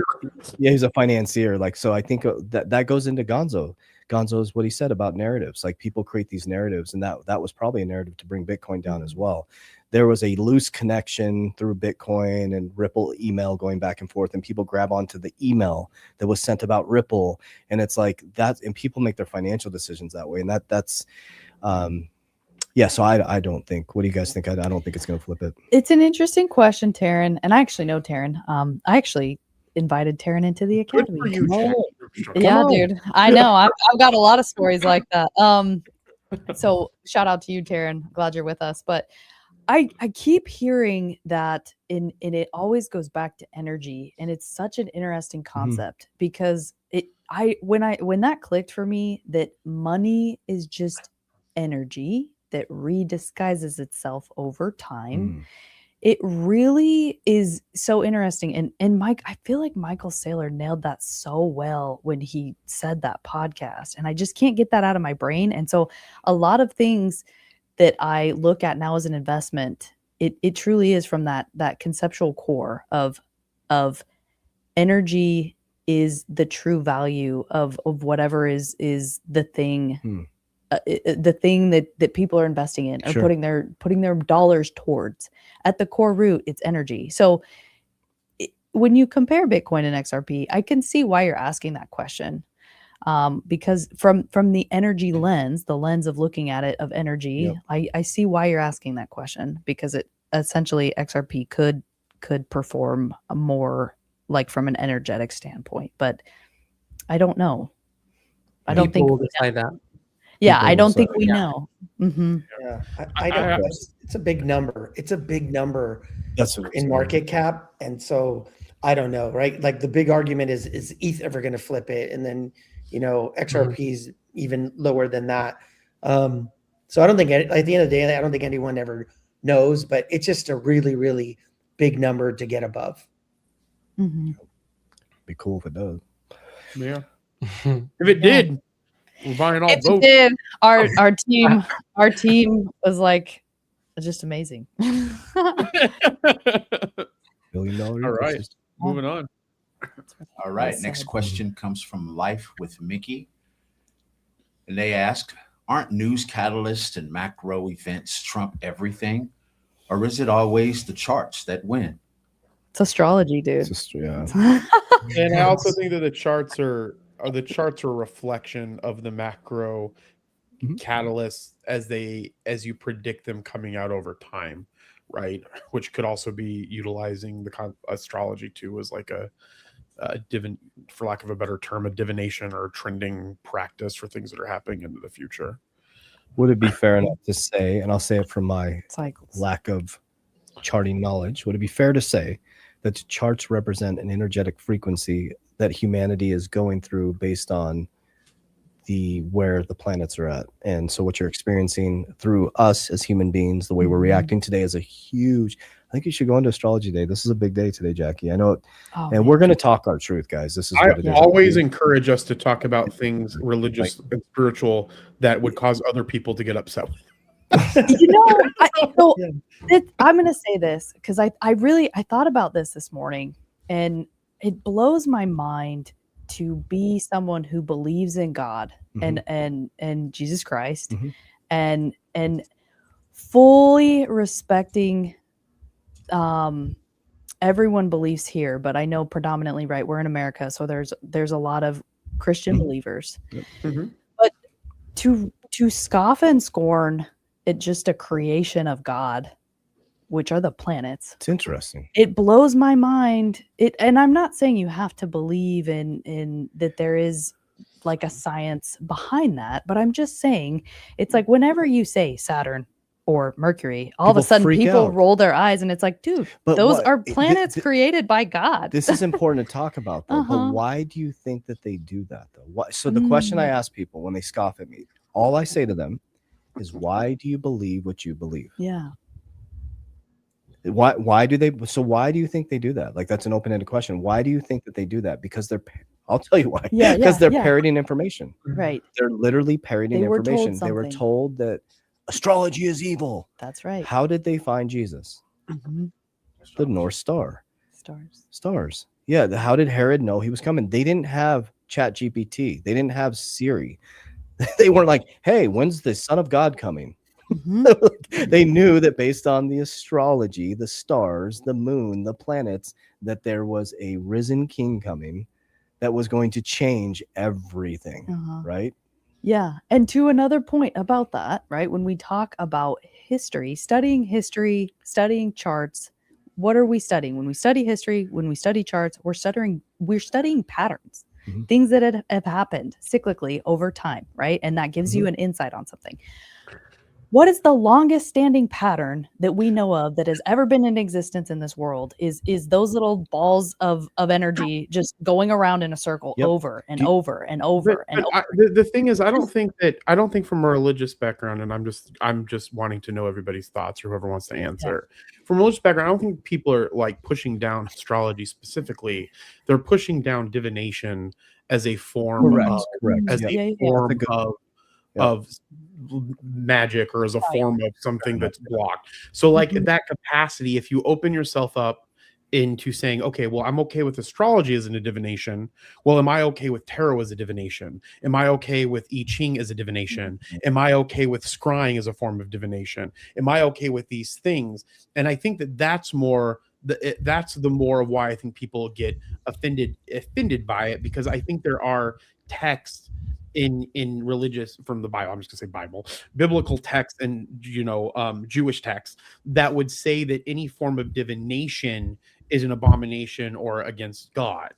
Right. And so I'm just curious for Jackie, what your thoughts are on that, especially since you were raised, if you're okay with me mentioning this, you were raised as a Mormon, like you went on your mission, to the Philippines and so forth. So I'm just curious on what your thought process is on that, being that you were raised very religiously. I was raised very religiously, and I am so grateful for where I came from, because it gave me very good standards to stand on that actually really like kept me on a good path, and like who I am today of being a disciplined person, just in regular ways of living. So I'm really grateful for how I was raised, and also too, I think the respect that it ingrained in me for all beliefs across the world and the globe. For me personally, I believe in God. I totally believe in God.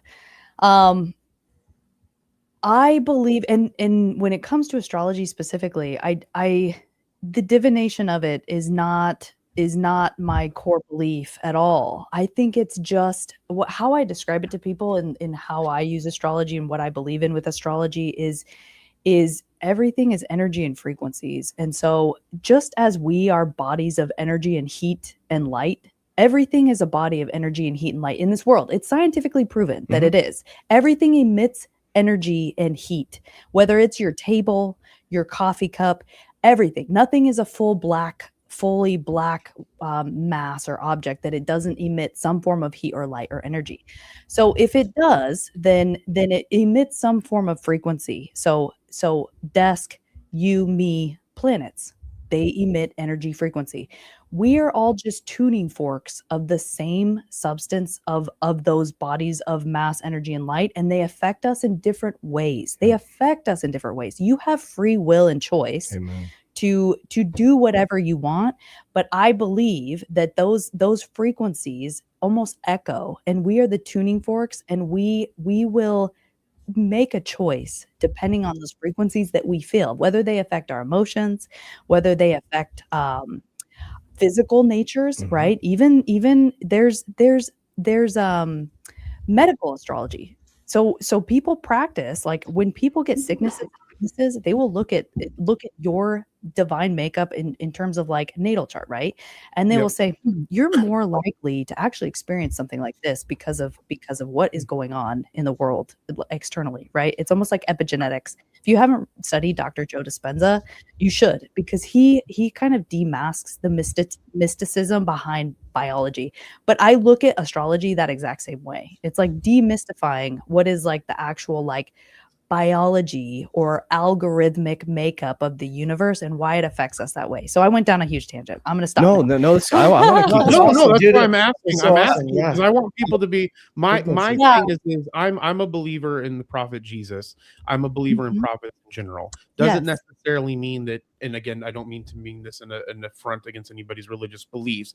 I just don't necessarily believe am very agnostic in the fact that whether or not that means that he believes that he was a prophet of God and that he was the son of God and that he died for everybody's sins.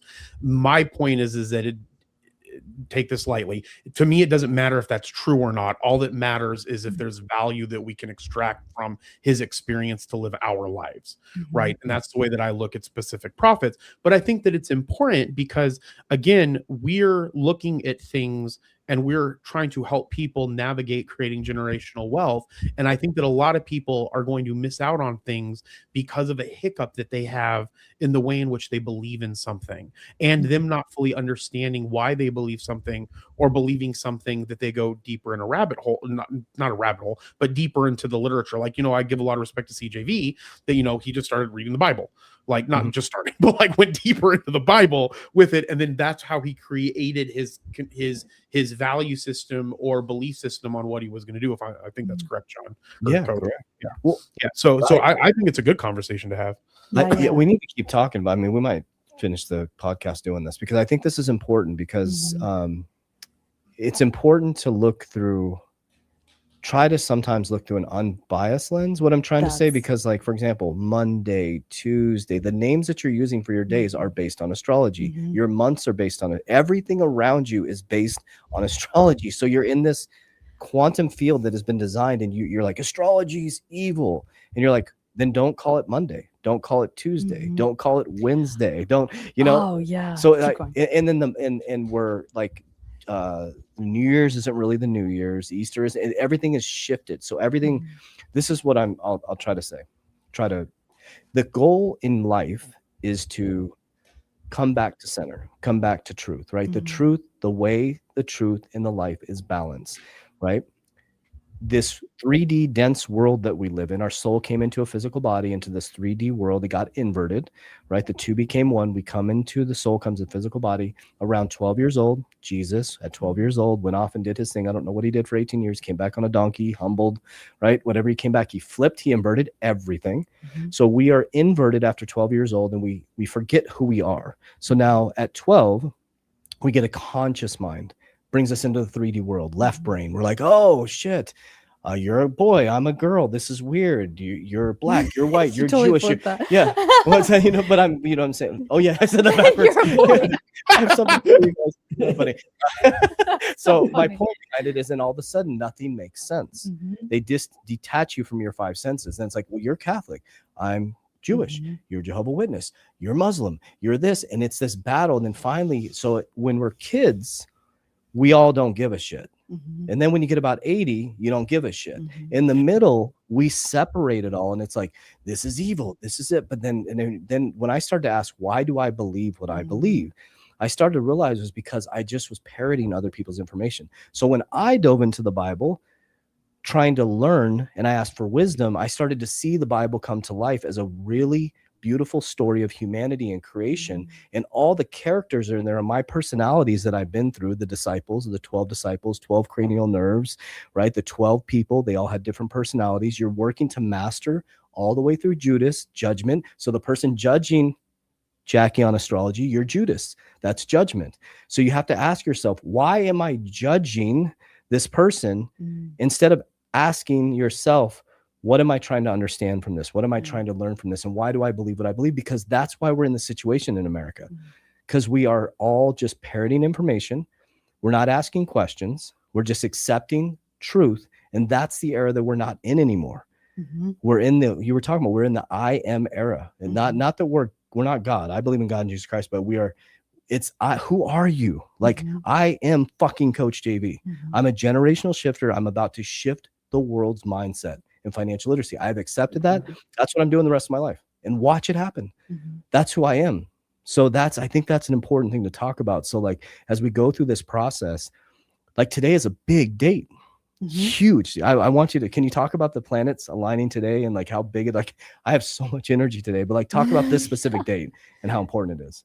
Yeah, today is a new moon in Aries, but one thing is that one thing that's very important to understand is all of these bodies of planets are actually moving like a parade into Aries. And so that shift, guys, and I'll kind of like demystify that, and I'll just talk about like what possibly like people could be feeling right now. And I've seen this so much throughout this year, even just from the lens of coaching within the academy, is I've seen a lot of people that I coach with, they're like, I have to get my shit together. Like I'm so done feeling this way, and I'm ready to catapult forward. And I believe that so many people are feeling that right now. And it is truly the embodiment, the feeling within people's selves of just that echo, the tuning forks that we talked about, right? They're just feeling that frequency of like, enough is enough. I'm cutting this shit off. I'm katana blading it. I'm using that from JV. He talks about that all the time. And I am ready to like get my act together and move forward. That is the energy that a lot of people are feeling. Today is a pretty big marking of that, just because it is a new moon in Aries. And then you're going into this weekend is actually another big cyclical event where you have two planets, Saturn and Mars, that are actually conjuncting. And how that is going to feel is honestly is going to kind of be a little bit of a internal stressful thing, right? Because you have this energy of like, I want to move forward, but Saturn is going to kind of bring you back. And so it's kind of like this like tug of war that's going to be going on. I talked about this in the academy a little bit, that this might be some catalytic events maybe that go on geopolitically. today the Strait Today of was Hormuz huge, yeah. opened, Yep, right? that's huge. And yeah, in connection with, you know, some of the other things, we're also seeing big movements in the charts and things like that. One thing though that I did want to just come back to really quick is what you said, JV, is take religion, take astrology, take everything out of it. All that what is extremely important is what you said is you need to know who you are. Yep. Because if you don't know who you are, every choice that you make in this life it comes back directly to you as a consequence, right? And so the more you know thyself, it's biblical. The more you know thyself, the more you can make a choice in alignment with you that is going to put you in the direction meant for you. So when you know thyself, right? So knowing thyself is I bought WLFI because JV bought WLFI and now I'm super upset because it's going down. That is not knowing thyself. JV bought WLFI because he knows himself and he is convicted on that at his core. When you know thyself, you are going to make decisions in alignment with you, not in alignment with anyone else, in alignment with you that's going to essentially push you on the path of where you're supposed to be and the purpose you're supposed to serve in this world. And it's not going to be the same as anyone else. So the end goal everyone wants to get to is freedom, financial freedom. But that path could look very different from anyone else. And when you start to tap into that great I am, you start to align with the other I ams. That's frequency. So it's like you're not in this melting pot of a job that you hate, dealing with people that you can't stand, right? It's sovereignty. And that's why building wealth is so important. It is so important. Like, I think Joe Rogan said this, but he said it's called fuck you money. It's like where you can tell everybody fuck you. Like, no, fuck you. Like, gosh, that hit me. He No. fuck you. He looked right at me when he said that. Trey put in there, he put katana blade. And like, I made it my mission because I'll never forget this. And I'm going to tell this quick story. Yeah. And I don't tell It's not going to be quick, It's not gonna guys. be quick. I love the stories though. Hours later. In corporate America, and I'll never forget this, and I'll never say the person's name, but it changed my life forever. I walked into the corporate office in this big tall building, and my boss was sitting there, and there's all this paper flipped over. And this is not an exaggeration. This is exactly how it happened. I walked in, the person's leaning back on their desk, tie unbuttoned, kind of mob style, like, and there's all these papers on the desk. And I was like, you could tell something was wrong, right? And I'm like, in my brain, I wasn't doing anything wrong in my life. So I'm like, what the hell could this be? I'm just bewildered, right? And I had started a side business, and not once had it ever affected my work. I was really enjoying it. I like being an entrepreneur, and it gave my entrepreneur spirit, right? I had some coffee company, and I was doing seminars. I was speaking. It was so much fun. And I was making some wealth for my family. It was awesome. And all of a sudden, he's like, so what you been up to? I'm like, I don't know, not working. Like what? Working for yeah, you, working for you. Yeah. And, I'm like, and then he earning your paycheck. Or I would be working if you hadn't called me into this yeah, meeting. so flipped over all these pictures, and it was me on Facebook doing these seminars and stuff. And like, so what you been up to? I'm like, that. I'm like, what's the point here? And it's like, I can't tell you what to do, but what is your goal here? And I'm like, you're an executive. Like, it's like, I can't tell you what to. It was like, I can't tell you what to do, but it was like, shut this fucking thing down. And I remember the feeling as a man driving home, and I shut it down immediately. And I remember sitting with my wife at the time, and it makes me emotional talking about it. And this is a representation of why I became a man, because I was a little boy and I sat across from her, and I was like, I remember her looking at me going, you're going to fucking shut this down? You're going to let some other fucking dude tell you that you have to shut that down? And I shut it down. And I remember I went to bed that night, and I was like, I will never, ever, ever as a fucking man be in a position where another man can look me in the eyes and tell me to shut down something that I'm meant to do. And it changed my life forever. And that's when I'm talking about building wealth. So it was the catalyst to me leaving the bank. And I mean, he probably doesn't even know that, but that was the catalyst to me leaving the bank. And I was like, man, so I like started thinking, I'm like, but I was trapped, had a bunch of debt. That's why I built who I am today. I had a bunch of debt. I had this lifestyle of an executive. I couldn't get out. And I was like, I gotta escape this matrix. And then I escaped the matrix, and I was like, I will never. And that's what wealth represents to me. And that's the I am. So it took me a long time to get to who I am. But now, and Trey put what's Katana Blade. So now I have what's called the Katana Blade, and it's fuck you energy. It's like, if it doesn't align with my principles, peace, freedom, or family structure, integrity, honesty, uncompromised belief in God, it's Katana Blade. I'll cut you off. People, place, thing, environment. You're gone. And that's what Katana Blade is. And that's what every head of household, I'll speak to men specifically, you know, my divine partner, May, she's beautiful. She speaks to the women. But as a man, you should have that. That should be your number one fucking goal, is to get to that Katana Blade energy. That's what wealth should represent to you. So you could wake up every morning and say, I'm going to do what I choose to do for my family to protect them. And that's how you'll get wealth. Because you'll make different decisions. And somebody asked, that's where my conviction comes from. Because when I make decisions, it's based on conviction. There's no other man or woman that's going to tell me what to do with my investments, with my life, with my family, with my ecosystem. And so that's the I am energy that we need right now, right? So I believe that is a universal law. I like to call things universal laws, where at its core, right? And I believe this is tied to God. I believe God is very scientific, very mathematical, and how the universe is so perfect and it continues to operate so synchronistically and perfectly, right?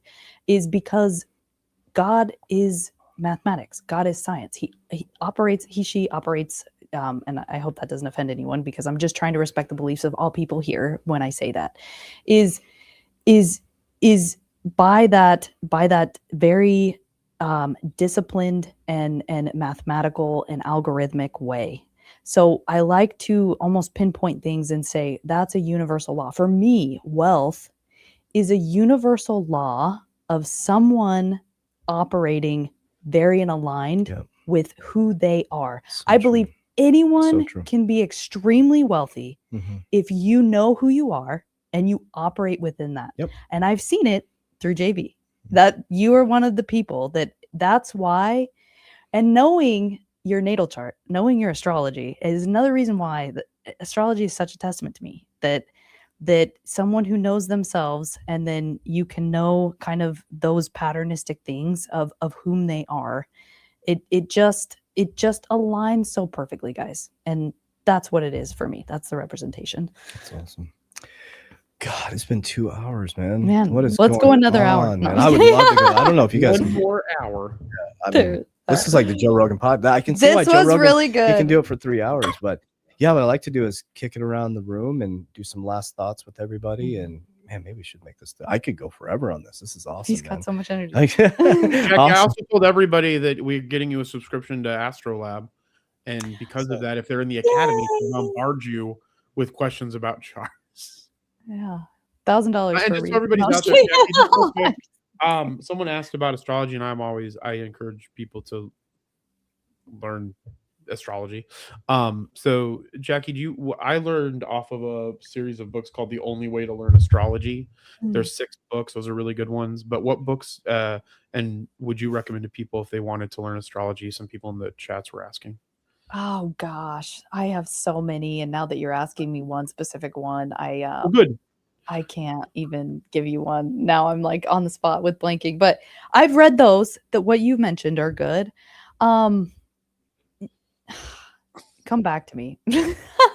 Just message me if you're in the academy. I'll give you a couple books. And I threw the link out for the academy as well, if anybody's interested in learning more about our academy. The 3T Warrior Academy. Yeah, the academy wall. That way you have to join. You have to find me there. Get in the academy. Yeah, that's why I did. I was like, we got this. If you want to ask Jackie more, go to the academy. I can't wait to get my subscription today. She has a call on Wednesdays. Awesome. Let's go go around call on Mondays. That's a good opportunity. And there's also I have a bunch. I couldn't find them here because I think they're in one of my other bookshelves. But there are books from astrology that are geared towards finances, like for the stock market and investments. So you can utilize it for a lot of other things. And so the person that taught me astrology, he used to work for the Glendale Police Department also, and he would help find missing people, usually using astrology. And they would use the date in which they would, when they were noticed that they were disappeared, he would create a chart off of that. And from that chart, you can find people that are missing or find objects and things of that nature. So Shout out to Glendale Police Department. Awesome. Let's go around the room. Should we wrap it up? Awesome. Jeremy. Yeah. So my name is Jeremy. Follow me at Age of Jeremy. And yeah, I had a lot of fun. Thank you. I just encourage everybody to learn the things that they believe in, and I really enjoy theology and religion, so I study a lot of it. If you're interested in asking me questions as well, you can reach out to me on my Instagram at Age of Jeremy, and then I have a podcast at Age of Jeremy wherever you get your podcasts. Amen. Awesome. We'll go to Mario. Yeah, I think that today's conversation was obviously awesome. A lot of different beliefs, but what Coach JV said was super important. Just knowing who you are and your beliefs and what you align with. I definitely relate to the moment you start listening to your I am, things just start working differently. Right. And this year has definitely hit home for me with a lot of big decisions that I've made in my life. And it's like all of a sudden you move one piece of the puzzle and things just kind of start working out. So yeah, definitely that stands out a lot. Just everybody have a beautiful weekend. You can follow me at Link with Mario. That's my handle on all the social handled. We spoke about that last podcast, but just have a beautiful weekend, everybody. And we'll see you next Friday. Awesome. Love you, brother. Gonzo. Yeah, I got to have Jackie do my astrology chart. I did mine with Matt, and dude, it was so spot on. It was crazy. Like, it was so lined up. The one of the craziest things about it was directly across my love line is Shelly's birthday. It was so crazy. It was like literally like it was like meant to be. It was destined. So that was pretty crazy. But yeah, I'm at mine's at @Gonzo_3T. You know, we were talking about, you know, being your true self. It's funny because Mario is spot on. Because I remember, you know, learning technical analysis and wanting to make certain calls because I felt a certain way, but it was counter to maybe Waters Above's call or another call of blockchain backer or whatever. And so I would stay quiet, and then they were wrong, and then I was right. And that just kept happening, right? So it took a minute to finally kind of believe in myself enough to like, hey, I've got this. Like, I keep calling this thing and I keep being right. And so I'm just going to trust myself, and I'm going to push away all the other stuff that I've been researching. And that's how it played out. And it's worked out so far. Right. And so I think I'll keep doing that, and we'll see how it goes. But, you know, definitely find the thing that you're good at or the gift that you have, and you know, and focus on that. And I think everything else just kind of lines up. The great I am, man. Find yourself. Love it. That's why it's working out. Jackie. Yeah. Thank you guys for joining. Seriously, we super appreciate you guys, everyone that's in our community or watching our podcast. You know, goes back to that universal law, right? You can't not produce or give out and get in return. So we definitely, as a team, believe in synergistic relationships. So we're always very grateful. And yeah, I want to be everyone's biggest cheerleader. So I believe everyone has a huge potential in their life. You just gotta know thyself. So that's my message. That's awesome. I first want to thank the team. Like, thank you guys so much. Just to seeing the absolute growth in this team has been remarkable. Like, just to think back when we all started this together, and I know unequivocally, that's my new big word, unequivocally, that I couldn't have done it without you guys. I mean, it's like there's been so many people who have come and gone, grateful to them as well, that I could not have done this without you guys. So I'm just very, very grateful, and couldn't have done it without the community, and just very thankful to you guys. And I'm so grateful to have this pod. I've really been enjoying doing this podcast too. And I've been getting a lot of great feedback. So thank you to so many text messages and people reaching out. They just love the energy. And I'll take Jackie's saying, I'm surrounded by giants. Is that's you're saying, right? Surrounded biblical. by absolute giants. And, you know, we'll leave you with this is as you can see, we're all very different. Like, we all came from different backgrounds, different beliefs. I didn't find truly my embodiment with Jesus and my true way with God till 2023. Like, I had a pathway to get there. I thought I was there but I was on the wrong path, in my opinion. And 2023 is when I truly found God and Jesus Christ. And it was through seeing all the different personalities and religions and learning from different people and asking the question, why do you believe what you believe? And where I found true God in Jesus Christ was through a guy named Chase, man. Like, it makes me emotional even talking about this guy. Like, just to see him, when I would ask him questions, I'm like, who's God? He's like, I don't even know, man. And he's just sitting there, but he's smoking mupacho, staring up at the sky, and just, you can see that he loves God and that he loves Jesus. And he doesn't know. He just knows that God is real, right? And you can feel it in his soul, and you can feel it in his body, and you can feel it in his actions, the way he honors the medicine. And that was the role model that I looked up to. And then it was like the last trip I went on, it was really cool, man. We were sitting there, and this is what I know about God, that God is real. I mean, God is real. God is all. God is everything. God is nothing. God is in this conversation, and God loves all of us. And we were sitting there smoking mupacho, just looking up at the mountains, and it didn't even feel like we're on the medicine. It was just two men sitting in what God created, right? Doing the best we could, man. Both all fucked up, doing the best we can, because we got in a really deep conversation. He was like, I didn't know that he had problems. And he started telling me some stuff, and not problems, but he's like, JB, it's just us sitting here. We're doing the best we can in this quantum field that God created, man. He's like, it's going to be okay. And he just kept saying that. And all day it was like, it's just going to be okay, man. And so for everybody, it's going to be okay. And so as you go through this process, forget about the green candles and the red candles and XRP going to 100. What you should really be focused on is you, spiritually, physically, and financially.